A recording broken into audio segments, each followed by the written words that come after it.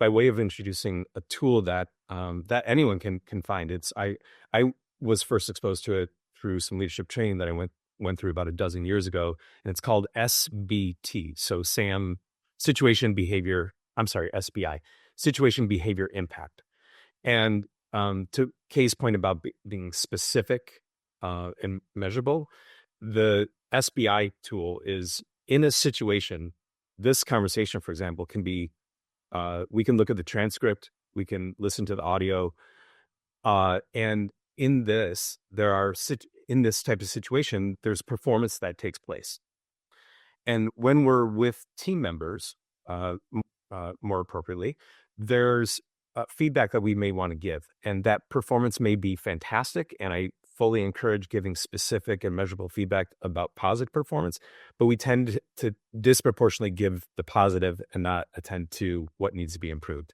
But in that type of situation, you can point to things that were said, observed, written in an email, and there's those behaviors are what we see or hear and observe. And those behaviors have impact that either help or don't help the performance. It might be morale on the other team members. It might be interactions that led to a customer situation that didn't go as well as we wanted, or aspirations that they're doing of their own role or career development that isn't meeting the expectations that were set out or agreed upon. And that tool, SBI, is something that I think came from the Center for Creative Leadership. So it's a fantastic, simple, straightforward, pragmatic tool that anyone can adopt.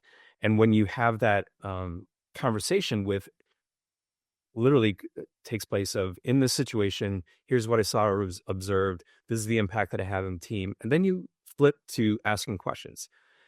Does this resonate? Can you see yourself in this? And then help me understand what may have been taking place. And then let the person talk, not to put them on the spotlight, but to give them a chance to share, which I think takes, for us that aren't naturally super comfortable and confident with giving feedback, stops us from having those assumptions or what we are thinking is wrong or needs to be improved, and gives the person a chance to see themselves in it, and avails both the person getting the feedback and the person whose performance is being discussed a chance to see what factors may be at play that we may not be aware of. May have had a bad day, something is going on at home, technology didn't work. So when I talk about systems, Gary, I'm talking about there's the organizations in which we work have set up things so that we are successful. Sometimes they are really, really successful and efficient and effective, and sometimes they're not. And that might be decision making. In a team meeting, we may have evolved the team structure or expanded the team. I'm working with a startup that has gone from 20 people to 40 people. The informal ways of working before are now a titch more formal than they used to be. So how people show up and who is making a decision about how to go forward in a sales, a business development process is different than it was 3 to 6 months ago. Well, that can unintentionally set people up for success or not.